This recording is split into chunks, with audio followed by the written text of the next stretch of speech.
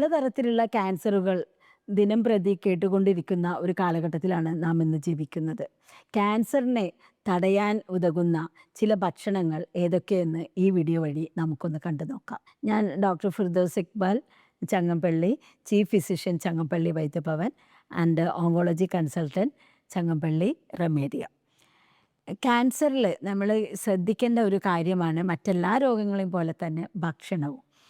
ഭക്ഷണ രീതിയിൽ എന്ന് പറയുമ്പോൾ ഭക്ഷണത്തിന് ഒരു പൊതുവായ ഒരു എങ്ങനെയാണ് ഭക്ഷണം കഴിക്കേണ്ടതെന്ന് ഉള്ള ഒറ്റ വാക്കിൽ പറയാവുന്ന ഒരു കാര്യം എന്ന് പറയുമ്പോൾ വിശക്കുമ്പോൾ ഭക്ഷണം കഴിക്കുക, ദാഹിക്കുമ്പോൾ വെള്ളം കുടിക്കുക എന്നുള്ളതാണ് അതിൻ്റെ ഏറ്റവും സിംപ്ലസ്റ്റ് ആയിട്ടുള്ള തിയറി.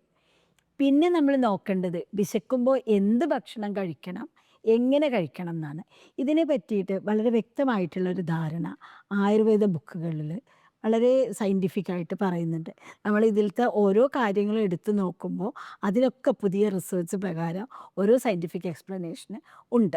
അപ്പോൾ ഇതിൽ നമ്മൾ വിശക്കുമ്പോൾ ഭക്ഷണം കഴിക്കുക എന്ന് പറയുമ്പോൾ നമ്മൾ പലപ്പോഴും രാവിലെ എഴുന്നേറ്റ് വരുമ്പോൾ നമുക്കൊരു പക്ഷേ വിശക്കുന്നുണ്ടാവില്ല. പക്ഷെ നമ്മൾ ആദ്യം തന്നെ എന്താ ചെയ്യുക, ഭക്ഷണം ഉണ്ടാക്കാനാണ് എല്ലാവരും ബ്രേക്ക്ഫാസ്റ്റ്.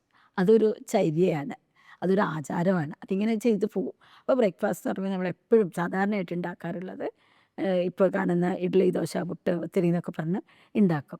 എന്നിട്ട് ഇത് ഉണ്ടാക്കിയതല്ലേന്ന് വിചാരിച്ച് നമ്മൾ എന്തായാലും ഒന്ന് കഴിക്കണം, ഈ രീതിയിലാണ്. അതുപോലെ ഉച്ചയ്ക്ക് എന്ന് പറയുമ്പോൾ ലഞ്ച്, അത് നിർബന്ധമാണ്, നമുക്ക് ലഞ്ച് വേണം. പിന്നെ ഡിന്നർ അത് വേണം. അതൊരു എന്താ പറയുക, അതൊരു ചര്യയായിട്ട് നമ്മൾ കൊണ്ട് നടക്കുക. അല്ലാതെ നമുക്ക് വേണോ വേണ്ടേന്ന് നോക്കിയിട്ടോ നമ്മുടെ ബോഡിക്ക് വേണോ നോക്കിയിട്ടോ ഒന്നുമല്ല ചെയ്യുന്നത്. ആ ഒരു രീതിയിൽ നിന്ന് മാറിയിട്ട് നമ്മൾ കൃത്യമായിട്ട് വിശക്കുമ്പോൾ ഭക്ഷണം കഴിച്ച് തുടങ്ങുമ്പോൾ എന്താ സംഭവിക്കുക, സാധാരണ നിലയ്ക്ക് നമ്മൾ ആയുർവേദത്തിലെ സമാഗ്നി, സമദോഷ, സമധാതു, മലക്രിയ എന്ന് പറഞ്ഞൊരു ഏരിയ ഉണ്ട്. എന്ന് വെച്ചാൽ നമ്മളെ ശരീരത്തിന് വേണ്ടത് എന്ന് പറയുമ്പോൾ നമ്മളെ ശരീരത്തിലെ എല്ലാ പ്രവർത്തനങ്ങളും, നമ്മളെ ശരീരത്തിൽ ഭക്ഷണങ്ങൾ, നമ്മൾ പ്രോട്ടീനും വേണ്ട മിനറൽസും നമ്മുടെ ശരീരത്തിൽ വളരാനുള്ള ഓരോ സാധനങ്ങൾ ഉണ്ടാക്കുന്നത് കൃത്യമായിട്ടിരിക്കുക, അത് ദഹിപ്പിക്കാനുള്ള പ്രവൃത്തി കൃത്യമായിട്ട് നടക്കുക, അത് കഴിഞ്ഞിട്ട് അത് പുറന്തള്ളുന്ന പ്രവൃത്തി, അതിൻ്റെ വേസ്റ്റ് പുറന്തള്ളുന്ന പ്രവൃത്തി കൃത്യമായിട്ടിരിക്കുക. ഇതിന് വേണ്ടത് കറക്റ്റായിട്ടുള്ളൊരു മെറ്റബോളിസമാണ്. അതിനാണ് നമ്മൾ ഭക്ഷണം കഴിക്കേണ്ടത്. അല്ലാതെ നമ്മുടെ വായിലെ രുചിക്ക് വേണ്ടി മാത്രമല്ല ഭക്ഷണം കഴിക്കേണ്ടത്. പക്ഷെ കഴിക്കുന്ന ഭക്ഷണം രുചികരമായിട്ട് ഉണ്ടാക്കുക എന്നുള്ളതാണ് അതിൻ്റെ ഒരു പ്രിൻസിപ്പിൾ. അപ്പോൾ നമ്മൾ രാവിലെ എന്ന് പറയുമ്പോൾ നമ്മൾ എഴുന്നേറ്റ് വന്ന് കഴിയുമ്പോൾ മിക്കവാറും ദാഹം ഫീൽ ചെയ്യുന്നുണ്ടാവും. അത് വിശപ്പാണോ ദാഹമാണോ എന്ന് തിരിച്ചറിയണമെങ്കിൽ നമ്മൾ വെള്ളം കുടിക്കുകയാണ് വേണ്ടത്. വെള്ളം കുടിച്ച് ഒരു 10-20 മിനിറ്റ് കഴിയുമ്പോഴത്തേക്ക് നമുക്ക് വീണ്ടും വിശക്കുന്നുണ്ടെങ്കിൽ അത് വിശപ്പാണെന്ന് തിരിച്ചറിയാം. അതല്ല, ഈ വെള്ളം കുടിച്ചു കഴിഞ്ഞ് നമ്മൾ കാര്യമായിട്ട് വിശക്കുന്നില്ലെങ്കിൽ തലേ ദിവസത്തെ കഴിച്ച ഭക്ഷണം തന്നെ നമ്മളെ ബോഡി ദഹിച്ച് കഴിഞ്ഞിട്ടില്ല എന്നും അതിൻ്റെ എന്തൊക്കെയോ ബാക്കി അവിടെ നിൽക്കുന്നുണ്ടെന്നും നമുക്ക് ഭക്ഷണം ആ സമയത്ത് ആവശ്യമില്ല എന്നുമാണ് അതൊന്ന് മനസ്സിലാക്കേണ്ടത്. അപ്പോൾ പിന്നെ നമ്മൾ രാവിലെ കഴിക്കേണ്ട ഭക്ഷണം എന്താണെന്നുള്ളതാണ് അടുത്തത് നോക്കേണ്ടത്. രാവിലത്തെ ഭക്ഷണം പിന്നെ ആയുർവേദ തിയറി പ്രകാരം നമ്മൾ മനസ്സിലാക്കി കഴിഞ്ഞാൽ കാർബോഹൈഡ്രേറ്റ് ഒഴിവാക്കുകയാണ് വേണ്ടത്. പ്രോട്ടീൻ റിച്ച് ആയിട്ടുള്ള ഫുഡാണ് രാവിലെ കഴിക്കേണ്ടത്. അപ്പോൾ രാവിലത്തെ ഭക്ഷണം എന്ന് പറയുമ്പോൾ നമ്മൾ സാധാരണ ആദ്യം തന്നെ കുറേ കാർബോഹൈഡ്രേറ്റ് ഉള്ളതെന്ന് പറയുമ്പോൾ ഈ അരി അരച്ച സാധനങ്ങൾ, ആയുർവേദത്തിൽ പറയുന്നൊരു ഏരിയയാണ് അരി അരച്ച സാധനങ്ങൾ. എന്ന് വെച്ചാൽ അരിപ്പൊടി കൊണ്ടുള്ളതാണെങ്കിലും ഈക്വലി, അരി മാത്രമല്ല എല്ലാ ധാന്യങ്ങളും ഡെയിലി കഴിക്കാൻ പാടില്ല. പുളിപ്പിച്ച സാധനങ്ങളും ഇഡ്ഡലി, ദോശ, വെള്ളപ്പം മുതലായുള്ള സാധനങ്ങളും ഡെയിലി കഴിക്കാൻ പാടില്ല. പിന്നെ അവിടെ നമുക്ക് കഴിക്കാൻ കഴിയുന്നത് വെജിറ്റേറിയൻസ് അല്ലെങ്കിൽ എഗ്ഗ് കഴിക്കാം. അതല്ലാത്തവർക്ക് മുളപ്പിച്ച ധാന്യങ്ങൾ, പയർ, കടല, ഇത്തരം സാധനങ്ങൾ നന്നായിട്ട് വേവിച്ചിട്ട് കഴിക്കാവുന്നതാണ്. അത് ഏകദേശം ഒരു ദിവസത്തേക്കുള്ള പ്രോട്ടീൻ ഒരു വിധമൊക്കെ ഇതിൽ നിന്ന് തന്നെ കിട്ടും. ഇത് കഴിഞ്ഞിട്ട് ഇതിന് കഴിഞ്ഞ് നമുക്ക് അടുത്ത ഭക്ഷണം എന്ന് പറയുമ്പോൾ ദഹിച്ച് കഴിയുമ്പോൾ ആണ് അടുത്ത ഭക്ഷണം കഴിക്കുന്നത്. ഇത് ദഹന പ്രക്രിയ ഇമ്പ്രൂവ് ചെയ്യാൻ വേണ്ടിയിട്ട് ആയുർവേദത്തിൽ പറയുന്ന രീതിയിൽ കഴിക്കാവുന്ന ഒരു സാധനമാണ് മോര്. അത് ഇങ്ങനെ ഏതെങ്കിലും തരത്തിൽ രോഗികളാണെങ്കിലും ഈ ഒരു ഫുഡ് ഫോളോ ചെയ്യുമ്പോൾ ബെറ്ററായിട്ട് കാണാറുണ്ട്. മോര് കഴിക്കാം. അതുപോലെ അല്ലെങ്കിൽ ലൈറ്റായിട്ടുള്ള ജ്യൂസുകൾ, കുറച്ച് അല്പം പൊടിയുള്ള പോലത്തെ, അധികം പൊടിയില്ലാത്തത് ആയിട്ടുള്ള, ഇപ്പോൾ നെല്ലിക്ക ജ്യൂസ്, മോര്, അതുപോലെയുള്ള ഈ അമ്ലവർഗ്ഗങ്ങൾ എന്ന് പറയും, ഇപ്പോൾ പൊമഗ്രാനേറ്റൊക്കെ അതിൽ തന്നെ വരുന്നതാണ്. ഇത്തരത്തിലുള്ള ഏതെങ്കിലും ജ്യൂസുകൾ കഴിക്കാം. പിന്നെ ഉച്ചഭക്ഷണം ഉച്ചഭക്ഷണം എന്ന് പറയുമ്പോൾ വളരെ കുറച്ച് ചോറും കൂടുതൽ വെജിറ്റബിൾസുമാണ് അവിടെ കഴിക്കേണ്ടത്. ചോറ് നമുക്ക് കൂടുതൽ കഴിക്കാവുന്നതാണ് നിങ്ങൾക്ക് അധ്വാനം കൂടുതലുണ്ടെങ്കിൽ. കായിക അധ്വാനം അല്ലെങ്കിൽ നമ്മൾ കൂടുതൽ ജോലികളോ ചെയ്യുന്നുണ്ടെങ്കിൽ അല്പം ചോറ് കൂടുതൽ കഴിച്ചെന്ന് വിചാരിച്ചിട്ട് കുഴപ്പമില്ല. പിന്നെ നമ്മൾ ഈ വെജിറ്റബിൾസ്, സാലഡ്സ് ഇങ്ങനെയുള്ള സാധനങ്ങൾ കഴിക്കുന്നില്ലെങ്കിൽ, ചോറ് കഴിക്കുന്നില്ലെങ്കിലാണ് മത്സ്യം മാത്രമായിട്ടോ മാംസം മാത്രമായിട്ടോ കഴിക്കാം. അതാണ് അതിൻ്റെ ഒരു രീതി. കറക്റ്റായിട്ട് നമുക്ക് ഫോളോ ചെയ്യാൻ നമ്മൾ ശീലം കൊണ്ടാണ് ഫോളോ ചെയ്യാൻ പറ്റാത്തത്. ഇങ്ങനെ ചെയ്യുകയാണെങ്കിൽ വളരെ ഹെൽത്തി ആയിട്ടിരിക്കും. അത് കഴിഞ്ഞിട്ട് പിന്നെയുള്ള ഇടനേരങ്ങളിലുള്ള ആഫ്റ്റർനൂണിലുള്ള ഫുഡിൽ കുറച്ചുകൂടി ചൂടുള്ള സാധനങ്ങളാണ് ഉൾപ്പെടുത്തേണ്ടത്. അതിൽ നമുക്കിപ്പോൾ പിന്നെ കോഫി, ടീ അതുപോലെ വളരെ കുറഞ്ഞ മധുരം കുറച്ചുള്ള പിന്നെ കോഫിയോ ടീയോ വളരെ കുറഞ്ഞ അളവിലൊന്നും കഴിക്കുന്നതുകൊണ്ട് ദോഷമില്ല. പക്ഷെ അത് വളരെ കൂടിയ അളവിലും കട്ടി കൂടുതൽ കഴിക്കുമ്പോഴാണ് നമ്മുടെ ശരീരത്തിന് അബ്സോർപ്ഷൻ കറക്റ്റ് ആക്കില്ല.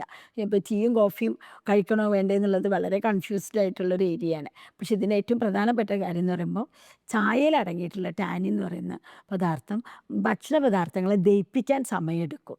അപ്പോൾ അതുകൊണ്ട് എന്താ ഉണ്ടാവുക, നമ്മൾ കഴിക്കുന്ന ഭക്ഷണത്തിൻ്റെ ഇന്ന് വേണ്ടത്ര ഗുണങ്ങൾ കിട്ടാതെ പോകും.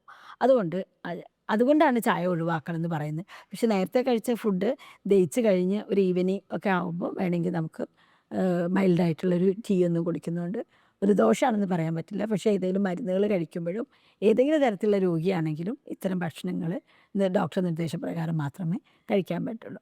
പിന്നെ വൈകുന്നേരത്തെ ഭക്ഷണം എന്ന് പറയുമ്പോൾ നിർബന്ധമായിട്ട് 7 മണിക്ക് മുമ്പ് രാത്രിയിലെ ഭക്ഷണം കഴിച്ചിരിക്കേണ്ടത് അത്യാവശ്യമാണ്. കാരണം സൂര്യൻ അസ്തമിച്ച് കഴിഞ്ഞാൽ നമ്മുടെ ശരീരത്തിൻ്റെ പല പ്രകൃതങ്ങളിലും മാറ്റം വരും. ഹോർമോൺ ലെവലിൽ ചേഞ്ചസ് ഉണ്ടാവും. അതുപോലെ തന്നെ എൻസൈംസിലൊക്കെ ഉള്ള മാറ്റങ്ങൾ, ദഹന പ്രക്രിയ, ഇതിനൊക്കെ മാറ്റങ്ങൾ വരുന്ന സമയമാണ്. അതുകൊണ്ട് സൂര്യൻ അസ്തമിക്കുന്നതിന് മുമ്പ് രാത്രിയിലെ ഭക്ഷണം കഴിക്കണം. ആ രാത്രിയിലെ ഭക്ഷണം ഫ്രൂട്ട്സ് ആണെങ്കിൽ ഏറ്റവും ഉത്തമമാണ്. അതിൽ നമുക്കിപ്പോൾ വിശപ്പ് കൂടുതലുള്ള ആളുകളാണെങ്കിൽ ബട്ടർ ഫ്രൂട്ട് പോലത്തെ സാധനങ്ങൾ ഉൾപ്പെടുത്താം. അതുപോലെ ചക്കപ്പുഴുക്ക്, നമ്മുടെ നാട്ടിൽ തന്നെ അനുസരിച്ചിട്ട് പപ്പായ മുതലായ സാധനങ്ങളെല്ലാം ഉൾപ്പെടുത്താൻ. കൂടുതലും പുളിയുള്ള ഭക്ഷണങ്ങൾ കഴിക്കാതിരിക്കുന്നതാണ് നല്ലത്. ഞാൻ സാധാരണയായിട്ട് ക്യാൻസർ പേഷ്യൻസിൽ അവശരായിട്ടുള്ളവർ, കീമോതെറാപ്പി റേഡിയേഷനൊക്കെ കഴിഞ്ഞ് അവശതയിലുള്ള ആളുകളോട് ഞാൻ നിർദ്ദേശിക്കാവുന്ന ഒരു ഭക്ഷണം കൂടി പറഞ്ഞിട്ട് ഈ വീഡിയോ അവസാനിപ്പിക്കാം. അതിൽ ഞാൻ പറയാറുള്ളത് എഗ്ഗ് കഴിക്കാനാണ്. രാവിലെ 2 എഗ്ഗ്. അപ്പോൾ എല്ലാവരും ചോദിക്കാറുണ്ട് യോക്ക് കഴിക്കാൻ പാടുണ്ടെന്ന്. യോക്ക് കഴിക്കാൻ പാടില്ല എന്നുള്ളത് വളരെ മുമ്പേ വന്ന ചില പഠനങ്ങളിൽ പറഞ്ഞിരുന്നതാണ്. പക്ഷേ പുതിയ പഠനങ്ങൾ പറയുന്നത് എഗ്ഗിൻ്റെ യോക്കും വൈറ്റും ഒരുപോലെ കഴിക്കാമെന്നുള്ളതാണ്. ഇതൊരു തെറ്റിദ്ധാരണയാണ് യോക്ക് കഴിക്കാൻ പാടില്ല എന്നുള്ളത്. എന്നുവെച്ചാൽ ഒരു എഗ്ഗ് എന്ന് പറയുമ്പോൾ ഒരു സെല്ലാണ്. ആ സെല്ലിന് ഒരു സമ്പൂർണ്ണമായിട്ടൊരു സെല്ലാണ്. അതൊരു ശരിക്കും ഒരു സമീകൃത ആഹാരമാണ്. പിന്നെ കഴിക്കാവുന്നതാണ്, രോഗികളാണെങ്കിൽ പ്രത്യേകിച്ചും. പിന്നെ ഉച്ചയ്ക്ക് എൻ്റെ നിർദ്ദേശത്തിൽ ഞാൻ കൊടുക്കാറുള്ളത് വെജിറ്റബിൾസാണ്. ഒന്നുകിൽ വെജിറ്റബിൾസ് കഴിക്കുക, അല്ലെങ്കിൽ സൂപ്പ് എന്ന് പറയുമ്പോൾ മട്ടൺ സൂപ്പോ അല്ലെങ്കിൽ ലിവർ സൂപ്പോ അല്ലെങ്കിൽ ലിവറോ കഴിക്കുക. പക്ഷേ വെജിറ്റബിൾസും ലിവറും ചോറും എല്ലാം കൂടി കഴിക്കുന്നത് പാടില്ല എന്നാണ് ഞാൻ പറയാറുള്ളത്. വൈകുന്നേരത്തെ ഭക്ഷണം നേരത്തെ പറഞ്ഞ പോലെ ഫ്രൂട്ട്സ് തന്നെ കഴിക്കാം. ഇനി അതല്ലെങ്കിൽ മൈൽഡായിട്ടുള്ള നല്ല തവിടുള്ള അരിയുടെ കഞ്ഞി കുടിക്കാവുന്നതാണ്. പലരും എന്നോട് ചോദിക്കാറുണ്ട് ഓട്സ് കഴിച്ചൂടെ എന്ന്. ഓട്സിനെ പറ്റിയിട്ട് ഞാൻ മനസ്സിലാക്കിയെടുത്തോളം പഠനങ്ങളുടെ ബേസിൽ വെറുതെ മനസ്സിലാക്കിയതല്ല, എല്ലാ പഠനങ്ങളും വെച്ച് നോക്കുമ്പോൾ ഓട്സ് ശരിക്കും പറഞ്ഞാൽ നമ്മുടെ നാട്ടിലുള്ള ആളുകൾക്ക് ഈ കാലാവസ്ഥയിൽ ഈ ജനറ്റിക് മെത്തേഡിൽ വളർന്നു വന്നിട്ടുള്ള ആളുകൾക്ക് പറഞ്ഞിട്ടുള്ള ഭക്ഷണമല്ല. ഓട്സ് ഉണ്ടാവുന്ന രാജ്യത്തുള്ള ആളുകൾക്ക് അതിലുള്ള പ്രോട്ടീനും അതിലത്തെ മിനറൽസും എല്ലാം അബ്സോർബിളാണ്. നമ്മുടെ ശരീരത്തിന് ഒരു പ്രകൃതിയുണ്ട്. നമ്മൾ ആയുർവേദത്തിൽ പറയുമ്പോൾ വാതപിത്ത കഫത്തിനെ ബേസ് ചെയ്തിട്ട് പ്രകൃതികളുണ്ട്. 3 പ്രകൃതി ബ്രോഡ് ക്ലാസിഫിക്കേഷനിലും മൈന്യൂട്ട് ക്ലാസിഫിക്കേഷനിലും 64 പ്രകൃതികളുമുണ്ട്. ഈ 64 ടൈപ്പ് ഓഫ് പീപ്പിൾ നമ്മളുടെ ഇടയിൽ ഇങ്ങനെ നടക്കുന്നുണ്ട്. അവരുടെയൊക്കെ ഫുഡ് ഹാബിറ്റ്സും ഫുഡ് അബ്സോർബ് ചെയ്യുന്നതും എല്ലാം ഡിഫറെൻ്റ് ആയിട്ടാണ്. അപ്പോൾ ഈ മെത്തേഡ് നമ്മുടെ പ്രകൃതി എന്താണെന്ന് കണ്ടുപിടിച്ചതിന് ശേഷം നമുക്ക് കറക്റ്റ് ചെയ്യാൻ പറ്റുള്ളൂ. അപ്പോൾ അങ്ങനെ നോക്കുമ്പോൾ നമ്മുടെ നാട്ടിലെ ആളുകളുടെ പ്രകൃതിക്ക് യോജിക്കുന്നത് ഓട്സിനെക്കാളും നല്ല തവിട് ഉള്ള അരിയുടെ കഞ്ഞിയോ അല്ലെങ്കിൽ ചോറോ ആയിരിക്കും. പക്ഷേ ഈവനിങ് ഭക്ഷണം എന്ത് തന്നെ ആയാലും 7 മണിക്ക് മുമ്പേ കഴിക്കുന്നത് വളരെയേറെ ഗുണം ചെയ്യും. അത് നമ്മുടെ ഭക്ഷണം കഴിച്ച് കഴിഞ്ഞിട്ട് ഒരു 18 മണി, പിറ്റേ ദിവസം രാവിലെ ഒരു 9 മണിക്കൊക്കെ നമുക്ക് വിശക്കുന്നുള്ളൂ എന്നുണ്ടെങ്കിൽ ഏകദേശം ഒരു 18 മണിക്കൂറൊക്കെ നമുക്ക് വയറ് കാലിയായിട്ട് കിട്ടും. ഈ സമയത്ത് നമുക്ക് വെള്ളം കുടിക്കാം. പിന്നെ ഗ്യാസിൻ്റെ ഇഷ്യൂസ് പൊതുവേ ഇങ്ങനെ ഭക്ഷണം കഴിക്കുകയാണെങ്കിൽ വരില്ല. ഇനി ഇൻ കേസ് അങ്ങനെ ഉണ്ടെങ്കിൽ തന്നെ അയമോദകം ചുക്ക്, കുരുമുളക്, ജീരകം, മല്ലി ഇവയെല്ലാം കൂടി ചേർത്തിട്ടോ ഇതിലേതെങ്കിലും ചേർത്തിട്ടോ വെള്ളം കുടിക്കാവുന്നതാണ്. മല്ലി പൊതുവെ കഴിക്കാൻ പറ്റുക പിന്നെ കൂടുതൽ വിയർപ്പും പിന്നെ ചുട്ടുനീറ്റമൊക്കെ ഉള്ള സ്വഭാവമുള്ള ആളുകൾക്കാണ് മല്ലി ചേർക്കേണ്ടതുള്ളൂ. പിന്നെ അവർക്ക് കുരുമുളക് ഒഴിവാക്കണം. നോർമലായിട്ട് ഉള്ള പേഷ്യൻസിന് അയമോദകവും ചുക്കും ജീരകവും മതിയാവും. ഇതിട്ട് വെള്ളം തിളപ്പിച്ചിട്ട് ആ വെള്ളം ഇടയ്ക്കിടെ കുടിക്കുകയാകുമ്പോൾ നമ്മൾ രാവിലെ മുതൽ കഴിച്ച ഭക്ഷണങ്ങൾ വേണ്ട വിധത്തിൽ ദഹിക്കുകയും വേണ്ട സാധനങ്ങൾ ബോഡിയിൽ അബ്സോർബ് ചെയ്യുകയും ചെയ്യും. അപ്പോഴെന്താ ഉണ്ടാവുകയെന്ന് വെച്ചാൽ ക്യാൻസറിൻ്റെ അപ്പോപ്റ്റോസിസ് എന്ന് പറയുന്നത് വെച്ചാൽ ക്യാൻസർ സെല്ലുകളുടെ അത് പെരുകി കഴിഞ്ഞിട്ട് അതിൻ്റെ എൻഡ് എത്തിയിട്ട് മരിച്ചു പോകുന്ന മീൻസ് അത് നശിച്ചു പോകണം. അതിനുള്ള ഒരു സഹായം കൂടിയാണ് ഈ വൈകുന്നേരം 7 മണിക്ക് ഭക്ഷണം കഴിച്ചിട്ട് പിറ്റേ ദിവസം 9 മണി വരെയെങ്കിലും വയറ് കാലിയാക്കുന്നത് വളരെയേറെ ഗുണം ചെയ്യുന്ന ഒരു മെത്തേഡാണ്.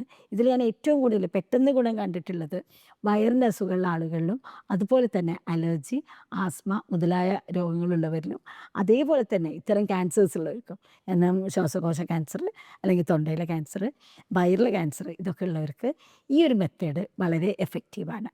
നിങ്ങളൊന്ന് ചെയ്ത് നോക്കൂ. ഒരു ദോഷവും വരില്ല, ഗുണമല്ലാണ്ട് വേറൊന്നും വരില്ല.